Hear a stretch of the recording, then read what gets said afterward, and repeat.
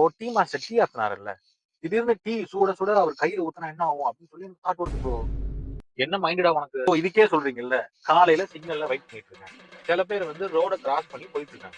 எனக்குள்ள ஒரு தாட் வருது. பின்னாடி இருந்து லாரி வேகமா வந்து அவங்க இடிச்சா என்ன ஆகும் அப்படின்னு தோணுது ப்ரோ எனக்கு. நான் ரொம்ப கெட்டவனா ப்ரோ? அப்படிலாம் எதுவும் இல்ல. உனக்கு ஒரு மென்டல் இல்னஸ் அவ்வளவுதான். ஆனா இது நெறைய பேருக்கு இந்த மாரி ஒரு விஷயம் இருக்குன்னே தெரியாது. திஸ் இஸ் கால்ட் பியூர் வோ. ஒரு ரியாலிட்டிக்குள்ள ஒரு இமேஜினரி திணிக்கிற மாரி. ப்ரோ புரியல ப்ரோ. புரியலையா? ஒரு எக்ஸாம்பிள் சொல்றேன்.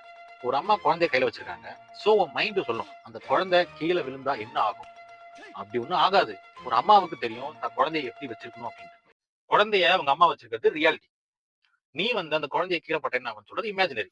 இப்போ ரியாலிட்டி வேற, இமேஜினரி வேற. நீ வந்து இமேஜினரிய ரியாலிட்டில திணிக்கிற. ஆனா அப்படி நடக்கவே நடக்காது. நீயா தான் ஒரு இமேஜினேஷன்ல வாழ்ந்துட்டு இருக்க. ஓ ஆமா.